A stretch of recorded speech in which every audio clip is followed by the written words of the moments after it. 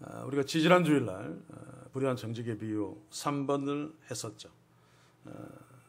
그런데 그 다음 월요일날 전화가 왔습니다. 저한테. 친하지 않기는 않는데 그러나 제가 워낙 전화 통화를 잘 하는 스타일이 아니어서 전화 통화를 잘 하는 분이 아닌데 저한테 전화가 왔어요. 그런데 머뭇거리면서 제가 전화 드린 것은 어제 목사님 설교 중에 틀린 것이 있는 것 같아서 전화를 드렸습니다. 그래서 제가 막 가슴이 철렁 내려앉았어요. 틀렸다고 하니까. 그래서 아이고 죄송합니다. 무슨 말씀입니까? 라고 물었는데 오늘 6절 7절을 다시 한번 봅시다. 누가복음 6절 7절. 길은 100마리이다. 가로되 네 정서를 가지고 빨리 앉아 50이라 써라. 100말에서 50말은 이자 부분이라고 말했죠. 그 50말. 그리고 7절에 보면 밀 100석인데 네 정서에 80이라 써라. 20은 이자인데 빼준. 근데 제가 아마 밀 50말은 그 당시의 가격으로 500데나리온입니다. 50말이 500데나리온. 밀 20석도 500데나리온. 50하고 숫자 20하고 차이가 나는데 가격은 같으니까 제가 당시에는 밀이 더 비쌌습니다. 라고 말했던 것 같아요. 다시 확인해 보니까 말했어요. 이게 틀렸다는 거죠. 사실 상식적으로도 기름이 더 비싸죠. 요즘도 그렇잖아요. 쌀이 우리 삶에 더 중요한 필수품이지만 그래도 참기름이 더 비쌉니다. 그거 제가 틀렸습니다. 500말하고 20섬 숫자만 보고 숫자가 작은 것이 많은 거하고 가격이 같으니까 더 비싸다고 말했는데 이 밀 20석은 우리식으로 환산하면 가마니로 40가마죠. 말로 치면 200마리나 됩니다. 그래서 적어도 절대 양으로 비교하면 기름이 이 밀에 비해서 4배 이상 비싸다고 보는 것이 맞죠. 그래서 제가 틀렸습니다라고 수정을 했습니다. 그것을 알았기 때문에 여러분들께 얘기하지 않고 넘어가는 것이 걸려서 오늘 말씀드리는 것입니다. 그리고 한 가지 더 질문을 해요. 감남료 이자율이 100%고 밀의 이자율이 25%인데 이것도 잘 와닿지 않는다. 왜냐하면 당시에 사실 이 동전이라고 하는 화폐는 그렇게 시장에서 막 통화되는 데는 크게 유용하지 않았습니다. 그렇게 많지 않기 때문에. 데나리온도 있었고 드라크마도 있었고 또 랩돈도 있었고 동전들이 있었지만 이런 것들에 주 사용되는 것은 로마에 세금 내는데 또 성전에서도 인두세 같은 게 내야 되잖아요. 이런데 주로 썼지 시장에서 장사할 적에는 물론 돈도 주고받고 했겠습니다만 대부분 현물로 거래를 했습니다. 우리도 예전에 그랬잖아, 그렇죠? 자, 그렇다면 기름이나 이 밀은 현금의 기능이 있죠. 현금으로 쓰이는 기능이 있었다면 이자율의 차이가 설령 있다 할지라도 조금 있는 것은 이해하겠는데 하나는 100%고 하나는 25%. 이거는 도저히 제가 옛날의 사정을 몰라서 틀렸다고는 말 못하겠지만 잘 이해가 안 되는데 설명 좀 해주십시오 그래요. 제가 설교할 적에는 별로 중요하지 않아서 그냥 지나가 버렸는데 이유가 있습니다. 고대 사회에서 이 밀은 창고를 짓고 거기에 보관할 때 습기만 차지 않으면 잘 보관이 가능하죠. 그런데 감남류, 기름은 잘 변합니다. 그렇죠? 특히 사막지대 기후는 아침하고 낮하고 기온 차이가 엄청나게 차이 나고 또 여러 가지 상황들로 인해서 냉장고가 없던 그 시절에 감남류를 제대로 보관하기는 굉장히 어려웠습니다. 사실은 보관 비용 때문이죠.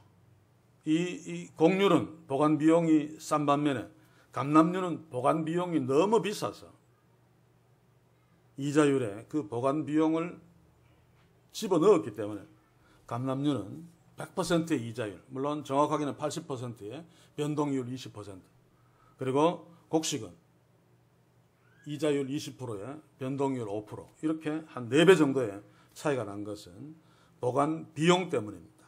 별로 중요하지 않으니까 그냥 지나가고 이제 오늘 본문 말씀으로 다시 갑시다.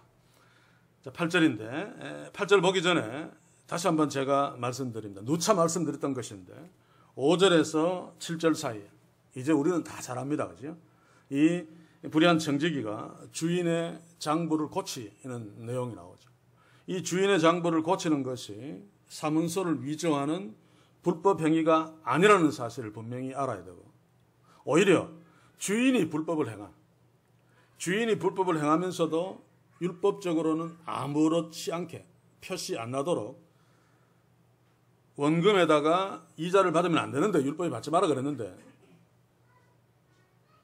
장부에 적을 적에 원금과 이자를 함께 보태서 마치 이자를 받지 않고 원금만 빌려준 것처럼 기록한 기름 100말, 사실은 거기에 이자 50%가 포함되어져 있고, 또 밀가루 밀 100석, 거기에는 이자 20석이 포함되어져 있는데 아닌 것처럼, 원금인 것처럼 기록한 것, 그 잘못된 것을 이 불의한 청지기가 율법대로 고쳐서 받지 말아야 될 이자를 받지 않도록 다시 돌려주는 그런 장부 정리를 한 것이 바로 5절에서 7절의 내용입니다.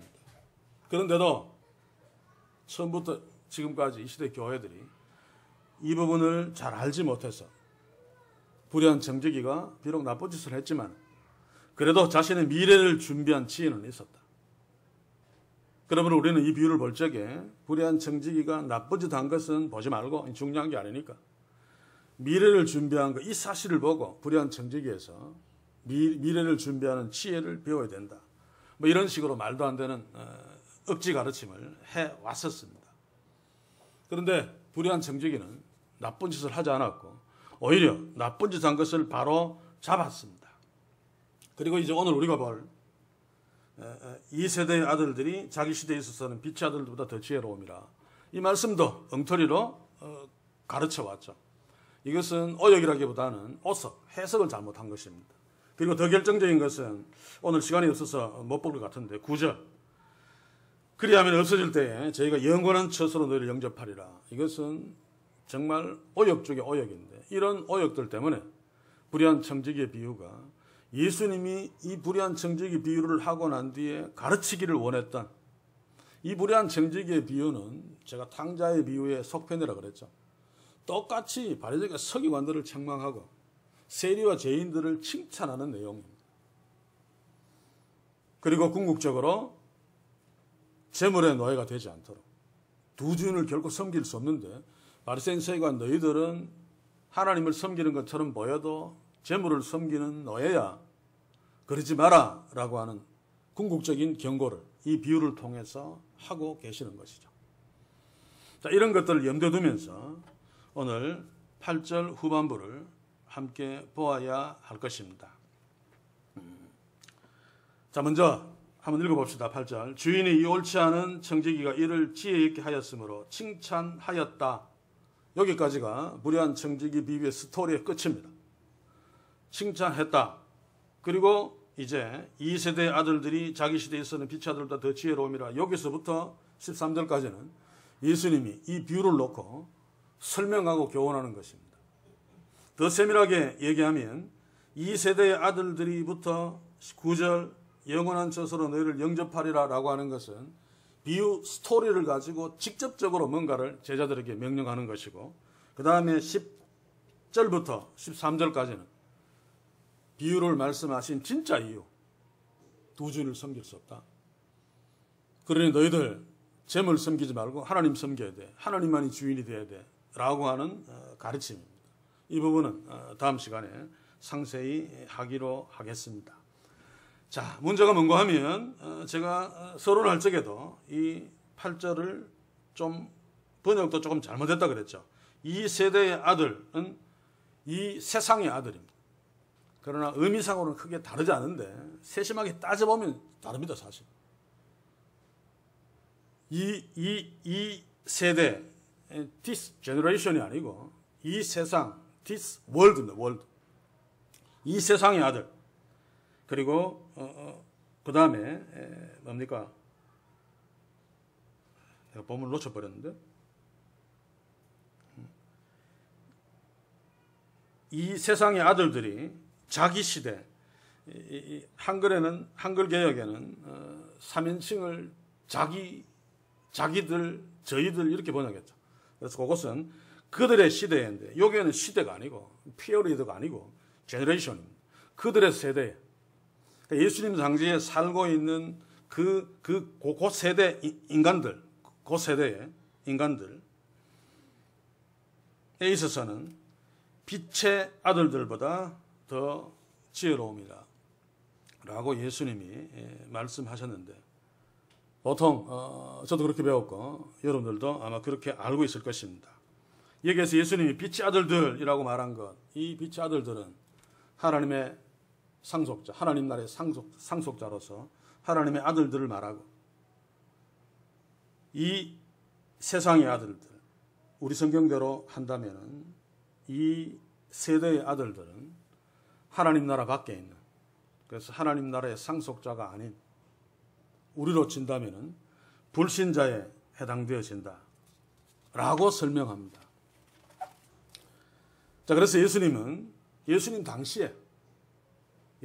그 시대에 이 빛의 자녀들이 신창게 예수 믿어가지고 오히려 세상에 그 세대의 아들들, 예수 안 믿는 자들, 이방인들, 또 뭐 세리죄인들, 창녀들, 이런 자들보다 덜 지혜롭다라고 당시에 진짜 하나님의 자녀임에도 불구하고 정말 하나님의 말씀대로 지혜롭게 살지 않는 자들을 책망했다라고 보통 이해합니다.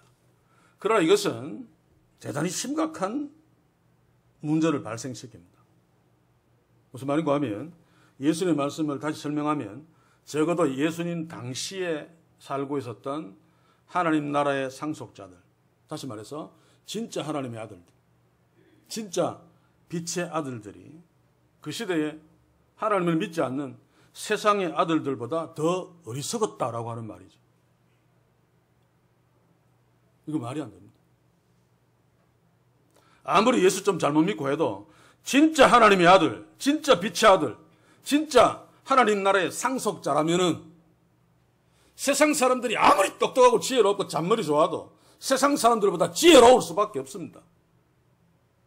왜냐하면 하나님의 지혜를 소유한 자들이기 때문에, 그게 하나님의 자녀고 빛의 자녀고 하나님의 아들이고 예수 믿는 자들이죠.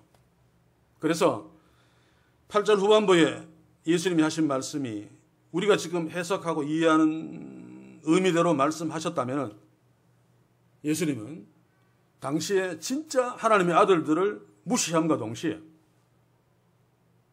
실제로는 하나님의 아들들이 더 지혜로워야 되는데 덜 지혜롭다고 말하는 엉터리를 지금 가르치고 있는 것입니다. 생각해 보십시오. 아브라함 시대나 모세 시대나 다윗 시대나 예수님 시대나 우리 시대나 어느 시대이든지 진짜 하나님의 아들들, 진짜 빛의 아들들, 진짜 하나님 나라의 상속자들은 세상 사람들보다 지혜로워야 되고 지혜로울 수밖에 없습니다. 그렇지 않습니까? 그렇기 때문에 세상 사람들 반칙해서 막 뇌물 받고 막 승진하고 이게 최고다고 막 하는 것 보고 안 하잖아요. 세상 사람들은 어리석다고 생각해도 사실 지혜로운 자들이기 때문에. 물론 하나님 나라 안에 가짜들이 하도 많아서 혼란은 좀 있습니다만, 진짜 빛의 아들이라면 진짜 세상의 아들보다 더 지혜로워야 됩니다. 더 지혜롭습니다. 근데 예수님이 지금 반대로 이야기하고 있잖아요. 아브라함 시대에 아브라함만큼 지혜로웠던 자가 어디 있습니까? 모세 시대에 모세가 바로보다 훨씬 더 지혜로웠습니다. 다윗 시대에 빛의 아들이었던 다윗이 빛의 아들이 아닌 빛의 아들인 것처럼 보였습니다만 한동안 사울보다 훨씬 더 지혜로웠습니다. 예수님 당시에도 마찬가지입니다. 오늘 이 시대도 마찬가지입니다. 그렇다면 예수께서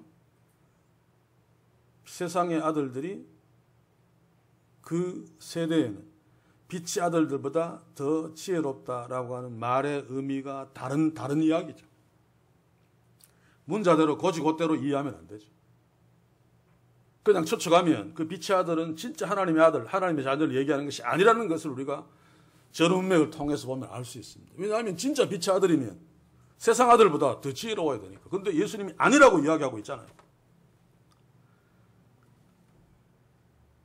결론부터 이야기하면 예수님은 지금 예수님 당시에 거의 예외 없이 투표는 안 해봤지만 여론조사는 안 해봤지만 거의 예외 없이 당신은 빛의 아들입니다라고 부르는 율법 잘 지키는 것처럼 보였던 바리새인들과 서기관들을 당신이야말로 빛의 아들이고 하나님의 아들이라고 불러주었습니다. 그리고 율법을 늘상 어기면서 주일, 안식일도 지키지 않고 먹고 살기 바빠서 나쁜 짓만 골라하면서 누가 보더라도 하나님의 백성이 아니라고 할 수밖에 없는 로마의 앞잡이 세리들. 수치스럽게 살으니 차라리 죽지. 장녀들. 그리고 죄진들, 죄만 짓고 사는 죄인들. 이런 인간들을 세상의 아들들이라고 불렀습니다. 지금 예수님은 빛의 아들들이라고 끄떡대고 있는, 그러나 사실은 재물의 노예로 사는, 위선 떨고 있어서 딴 사람들이 썩고 있지만 그런 불의한 청지기의 그 부자 주인 같은 빛의 자녀들보다 그래도 마지막에 정신 차리고 잘못된 율법을 바로잡고 그래서 힘든 자들에게 원래의 것을 돌려준 또 세리와 죄인들, 이전에는 율법을 어기고 돈을 섬기며 하나님을 섬기지 않았지만 이제 회개하고 주님의 영접을 받는 이들, 세상의 아들들, 이들이 더 지혜롭다 라고 지금 말씀하고 있는 것입니다. 미리 말하면. 그런데 어느 책을 펴보더라도 빛의 아들은 하나님의 자녀들인데 예수님 당시에 그 하나님의 자녀들이 그 세상 자녀들보다 덜 지혜로웠다. 그러면서 이 설명이 잘 안 되니까 세상 자녀들은 그래도 자기 장래를 막 생각하면서 나쁜 짓도 하고 막 이 잔머리 틀어서 잘 지혜롭게 하는데 이 어리숙하게 하나님의 자녀들은 그거 못했다. 제자들 봐라. 이렇게 설명해버립니다. 그런데 다행스럽게 일부 사람들이 이거 뭔가 말이 안 된다 싶어서 뭐라고 설명하는가 하면 예수님이 당시에 SNF파들이 지혜 없다고 책망한 거다 라고 설명하면서 우리가 설명 잘했다라고 이야기해요. 물론 이 설명은 1947년 이전에는 할 수 없는 이야기입니다. 47년에 사회 문서가 발견되고 난 뒤에 SNF파의 그 속성들을 조금 알았기 때문에 나오는 건데, 자, 예수님 당시에 SNF파가 있었습니다. 그러나 성경에는 전혀 이야기하고 있지 않은데 다른 문서들을 보면 사두개파, 바리새파와 마찬가지로 SNF파가 있었는데 이들은 어떤 성격의 모임이냐 그러면 마치 중세시대의 수도원파, 세상 천주교 막 있고 막 교황되고 이런 거 보고 이거 전부 더럽다. 인간들끼리 올려서 죄 안 짓고는 못 사는 동네. 이거 어둠의 세상이야. 우리 정말 하나님 잘 믿어야지. 그렇게 원하는 사람이 모여가지고 저 사해 다른데 사막 한가운데 들어가서 자기들끼리 공동체를 이루고 살았단 말입니다. 거기에서 파송 나온 사람이 세례 요한일 것이다라고 추측을 합니다. 확실한지는 증거가 없으니까 모르는데 어쨌든 SNF파가 있었는데 1947년도에 여러분 잘 알죠? 양치기가 양을 하나 잃어버려서 양 찾으러 막 돌아다니다가 사해 근방 사막 위에 막 이렇게 동굴 있는데 돌을 던졌는데 이 항아리가 팍 깨지는 소리가 나서 이상하다 싶어서 올라가 봤더니 막 가죽 두루마기하고 막 이런 막 문서들이 막 확 나왔습니다. 이게 소위 말해서 사해 문서인데 이것의 가치는 그냥 공부 삼아 이야기하면 지금까지 고이전까지 인류들이 갖고 있는 구약이나 신약 사본들은 다 AD 이후의 것들입니다. 구약 성경은 BC 전에 기록됐겠죠. 그래도 다 AD 이후에 기록된 것들을 갖고 있습니다. 구약 성경은. 그런데 사회 사본은 BC 2세기 것입니다. 그래서 우리가 갖고 있는 그 문서 중에 가장 고대 문서죠. 그러니 가장 신뢰할 만할 것 아닙니까, 지금보다. 근데 거기에서 거의 완벽하게 남아있는 성경은 이사야서입니다. 지금 갖고 있는 것과 비교하니까 거의 100% 틀리지 않는. 그래서 지금 우리가 갖고 있는 마소라 사본 구약 성경은 믿을 만하다. 신약 성경은 없었겠죠. 그렇죠? BC 2세기 전이니.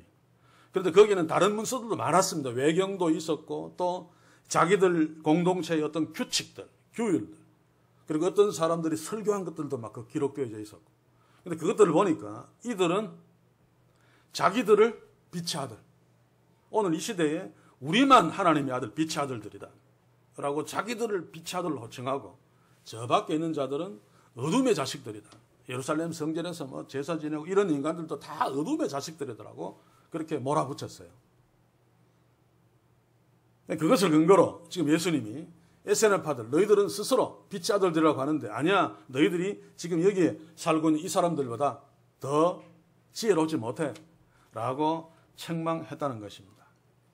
그런데 이것은 전문맥상 전혀 안 맞는 얘기죠. 왜냐하면 신약 성경에서 SNF파가 더러 등장했으면 또 모르겠는데 한 번도 등장하지 않고, 전문맥상 이들을, 빛의 아들을 SNF파 사람들을 본다는 것은, 이것은 상식적으로 말이 되지 않는 소리입니다. 그렇지만 빛의 아들은 하나님의 자녀들인데 그 당시에 이 하나님의 자녀 아닌 자들보다 덜 지혜로웠다라고 하는 것보다는 낫습니다. 그래도. 자, 그런데 예수님 당시에도 하나님의 아들들을 빛의 아들이라고 불렀습니다. 지금 누가복음 보시면 여기에 유일하게 나옵니다. 그래서 이것은 SNF파들의 전문 용어다라고 보통 이해하는데, 그러나 그렇지 않습니다.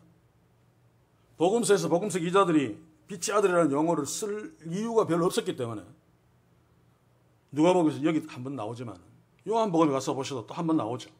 요한복음 12장 36절, 너에게 아직 빛이 있을 동안에 빛을 믿어라. 그리하면 빛의 아들이 되리라. 또 물론 초대교회 이유이지만 데살로니가전서 5장 5절에 보면 너희는 다 빛의 아들이요 낮의 아들이라. 우리가 밤이나 어둠에 속하지 아니하나니. 빛의 아들을 하나님의 아들, 예수 믿는 사람들이라고 부르는 것은 자연스럽습니다. 그죠? 빛은 하나님을 상징하니까.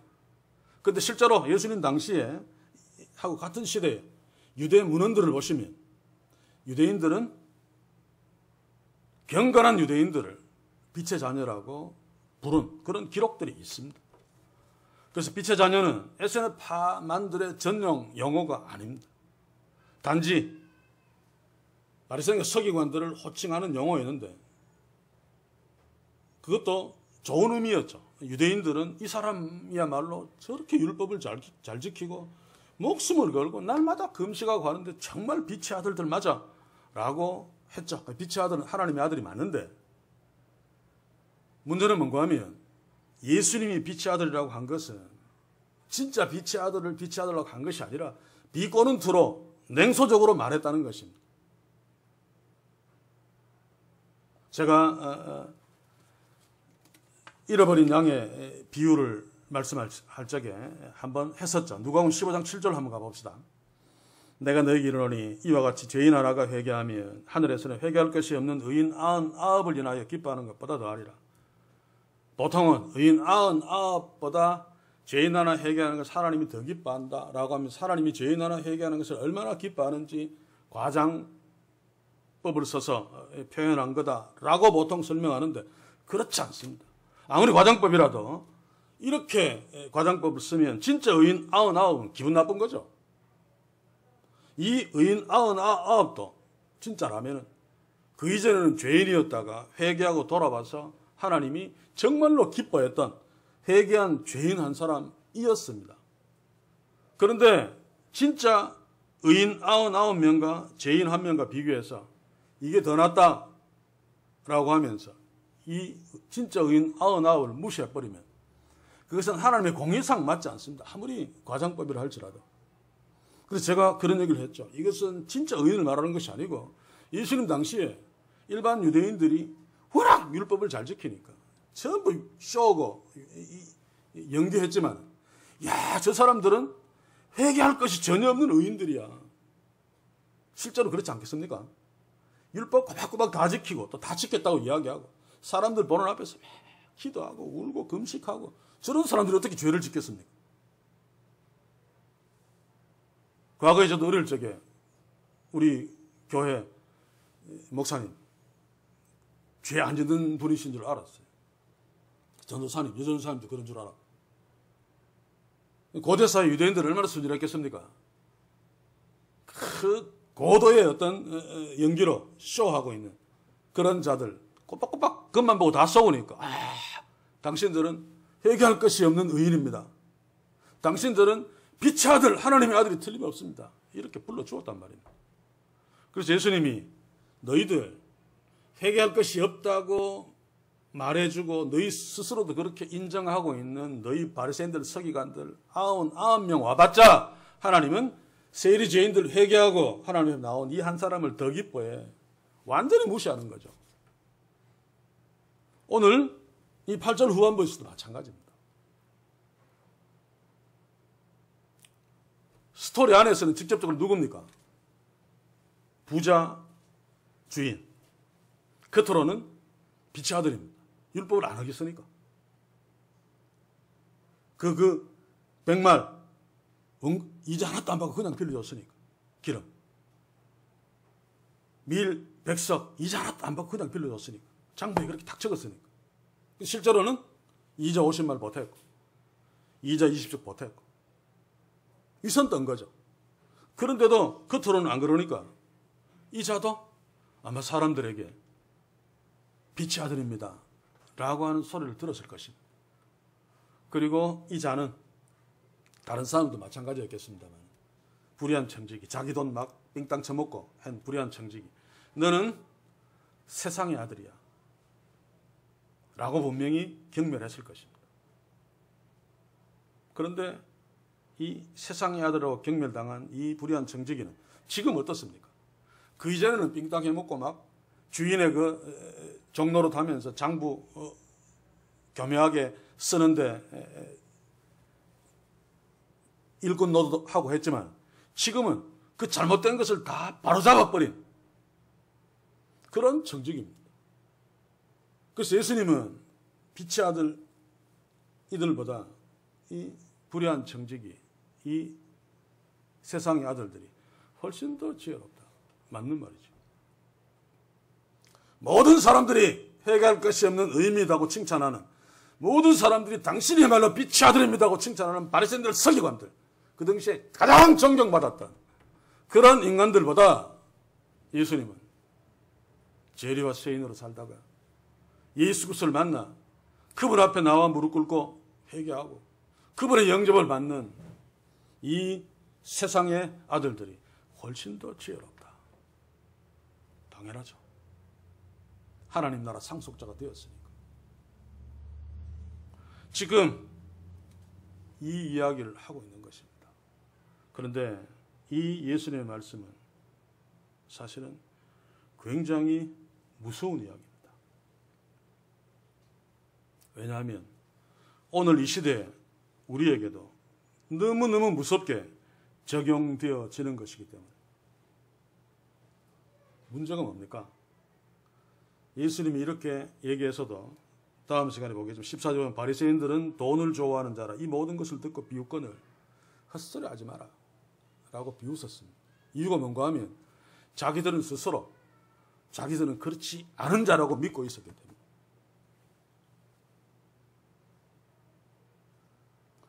당시에 바리새인과 서기관들은 스스로 지 없는 자라고 생각하지 않았습니다. 하나님 잘 섬긴다고 생각했습니다. 돈을 좋아하면서도 나는 하나님을 더 좋아해. 하나님이 내 주인이야. 라고 당연히 그렇게 생각하고 살았습니다. 그러니 예수님의 이 말씀이 비웃음의 대상이 될 수밖에 없죠. 그리고 저런 인간들, 세리죄인들 예수님에 나와 같이 밥 먹고 식사하고 하지만 저것들은 다 똑그렇지야. 다 죄인들이야. 다 어리석은 인간들이야. 라고 생각했기 때문에 문제입니다. 지독한 종교적인 고정관념. 자, 그런데 이런 고정관념이 지배하고 있는 사회는 정말 희망이 없죠. 예수님이 빛의 아들들, 회개할 것이 없는 의인 99명, 이보다 얘들이 더 낫다. 속을 꿰뚫어 봤기 때문입니다. 예수님은 당시에 그 사회상을 그렇게 알고 그렇게 설명하면서 지적하고 비판해 주는데 왜 나머지 거의 100%의 사람들은 전혀 그것도 모르고 가짜한테 회개할 것이 없는 의인입니다. 존경합니다. 빛의 아들입니다. 존경합니다. 왜 그랬을까요? 그 바보 아닙니까? 그죠? 왜 그랬을까요? 예수님은 당장 알아보셨는데, 단적으로 이야기하면 그렇게 하는 자들도 바리새인 서기관들과 다르지 않게 진짜 하나님이 없었기 때문입니다. 그러니 하나님의 지혜가 있을 리가 없죠. 그러니 껍데기만 보고 판단할 수밖에 없습니다. 바리새인과 서기관들이 위장 떠는 거, 잘 믿는 척하는 거, 시장통에 나와서 긴 옷 입고 다 하나님이야. 나는 구제도 하고 11조도 하고 금식도 합니다. 지나가다가 회개할 것이 없는 의인이야. 정말 저런 분들이 있기 때문에 이 이스라엘의 교회가 부흥되고 있어. 그러고 있단 말입니다. 예수님의 지적대로면 사실은 재물을 섬기는 자들인데 부자주의인처럼 채무증서는 율법에 맞는 것처럼 써놓고 사실 그 속을 들여다보면 이자 막 100% 갖다 붙이고 이자 25% 막 갖다 붙이고 그래놓고 아닌 척하는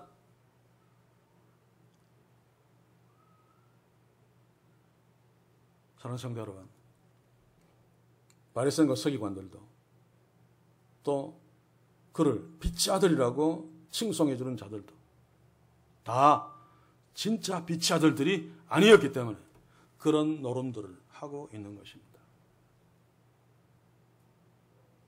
다시 말합니다만 그러나 그때는 그게 대세였어요. 오늘 시대 교회가 그것 때문에 심각한 것입니다. 예수님은 그것을 꿰뚫어 보시고 물론 하나님이시기 때문에 꿰뚫어 보셨겠죠. 마태복음 23장 27절 28절 한번 보십시오. 화해술전자 외식하는 서기관들과 바리새인들이여, 회칠한 무덤 같으니 겉으로는 아름답게 보이나 그 안에는 죽은 사람의 뼈와 모든 더러운 것이 가득하도다. 이와 같이 너희도 겉으로는 사람에게 옳게 보이되 안으로는 외식과 물법이 가득하도다.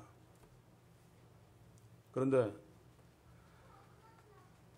하나님 앞에 서 있지 않으니까, 하나님의 지혜를 알지 못하니까 하나님이 정하신 선과 악을 분별할 수 없습니다.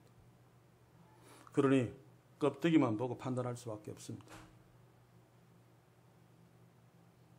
바리새인 서기관들 율법 잘 지키고 옷 깨끗하게 입고 술 길게 누르고 요즘으로 친다면은 조그만 일이 생겨도 어이구 주여 말하면서 그러면 저 사람 참 경건하구나. 이게 얼마나 심각한 문제입니까?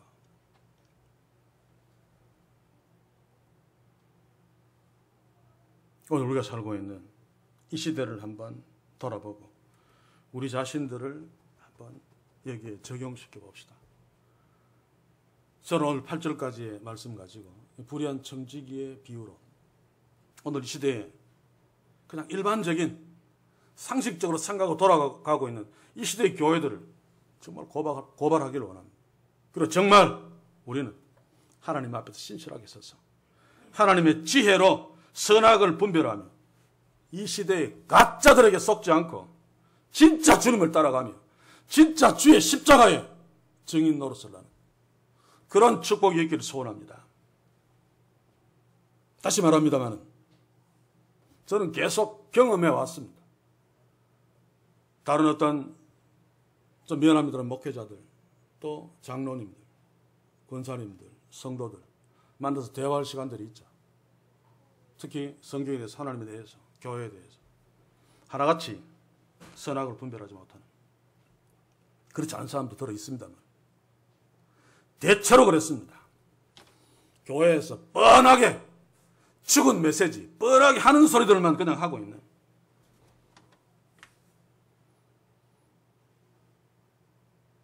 그러니 보십시오. 교회를 자기 자녀한테 물려주는 그 자를 향해서 당신은 빛의 아들입니다. 회개할 것이 없는 의인입니다. 우리 교회의 영웅입니다. 당신이 없었으면 이 교회가 어떻게 될 뻔했습니까? 이러고들 있지 않아요.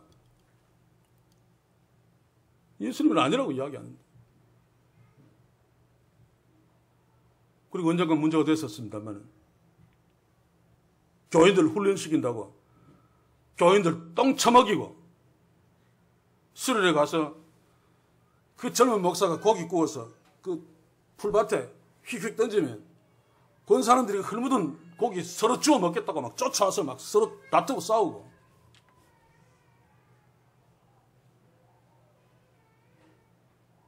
좀 지나친 모습입니다만은 일반적인 교회들에서도 다 있는 모습입니다. 정도의 차이가 있을 뿐이지. 좀 덜 표현날 뿐이지.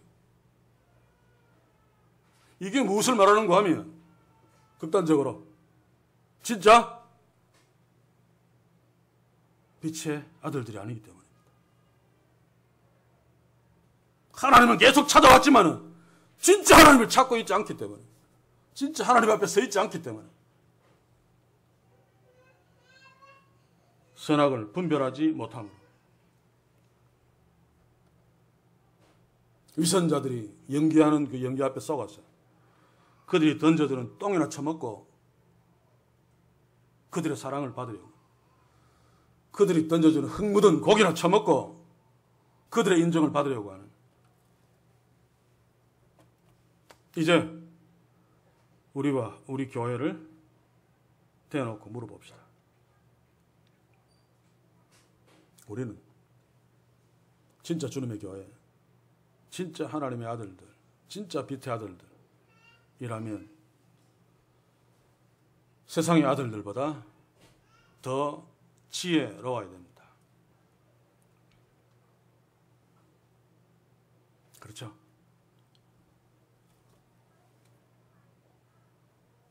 이 땅의 교회들은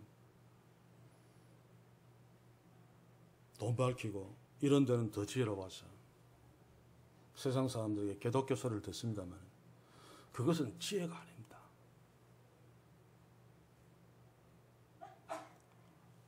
그래서 물어야 됩니다.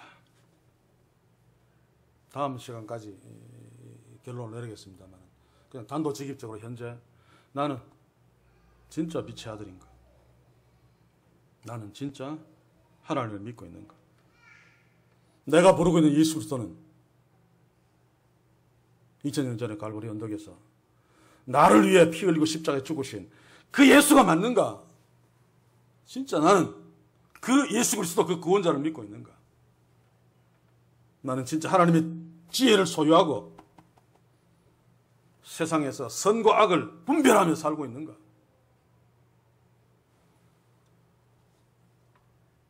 혹시 예수님도 우리를 향해서 냉소적으로 너희들이 빛의 아들들이야?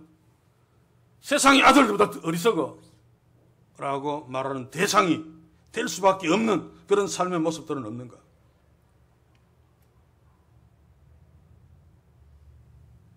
다음 시간에 결론 내리는 궁극적인 것은 재물의 노예인가 아닌가? 하나님이 정말 주인인가? 재물이 주인인가? 이것이 진짜 빛의 아들인가 아닌가를 판가름 내는 중요한 바로메타입니다. 우리는 돈의 영향을 받고 살 수밖에 없죠. 돈에 약할 수밖에 없는 존재들입니다. 그런 연약한 존재임을 인정합시다. 그러나 그럼에도 불구하고 하나님의 아들들이기 때문에 재물에 설령 약하고 그 재물이 너무 중요해서 그 앞에서 벌벌 떤다 할지라도 재물이 나의 주인이 되어서는 안 된단 말입니다. 그런데 우리는 이론적으로 이것을 잘 압니다. 재물이 우리의 주인이 되어서 안 되고 하나님이 우리 주인이 되어야 된다. 재물이 우상이 되어서는 안 된다. 잘 압니다. 그런데 거기서 멈춰버립니다. 설마 나는 재물이 좀 약하더라도 내 주인은 하나님이시다. 설마 내가 재물을 주인으로 섬기겠느냐 라고 생각하면서 그냥 넘어갈 수 있습니다. 예수님 당시에 바리새인 서기관들이 자신이 결코 빛의 아들이 아닌 게 아니라고 믿었던 것처럼. 그래서 우리는 하나님의 말씀 앞에 진지하게 서서 말씀으로 우리의 삶들을 진단해 보아야 되는데, 그래야지 바리새인들 서기관들처럼 위선 떨면서 남을 속이거나 또 위선을 계속 떨고 사면 그것이 진짜가 되어서 자기가 그 사람이 맞다고 착각하고 살죠. 자기까지 속이는. 그러면 인생을 헛되게 보내는 그런 참 어리석은 삶 가운데 우리가 있지 않으려면 여러 가지 기준들이 있는데, 오늘 이 불의한 청지기의 비유가 말하는 기준은 돈입니다. 돈. 그래서 항상 물어야 됩니다.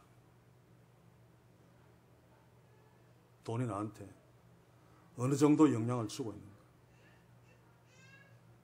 하나님보다 더한가?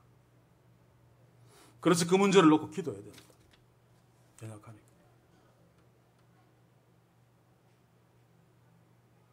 저는 이렇게 기도합니다. 교당도 건축해야 되고 여러 가지 필요한 돈들이 많은데 그 생각하면 머리가 아프고 가슴이 두근거리고 답답하고, 그래서 돈만 있으면 할 텐데 그런 생각들 합니다. 하나님보다 돈. 기도하면서도, 하나님께 기도하면서도 돈. 성전, 교당 지을 돈 언제 주실랍니까? 돈. 이런 모습이 뭡니까? 냉정하게 이야기하면 그 순간 하나님께 기도하면서도 나는 돈을 섬기고 있는 자일 수 있습니다. 우리가 잘 이러잖아요. 그래서 하나님께 기도해야 됩니다.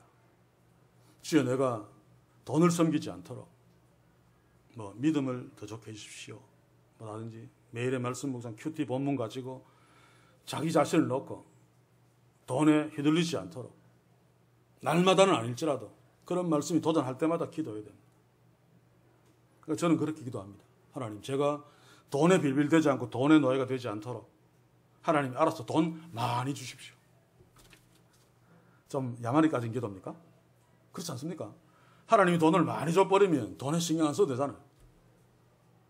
저는 하나님 언젠가 제 기도에 응답하시어서 돈의 노예가 아니라 우리의 주인이신 하나님을 위하여 그 돈으로 교당 건물도 짓고 또 하나님이 기뻐하시는 다른 일도 하는 그런 날들이 오리라고 믿습니다.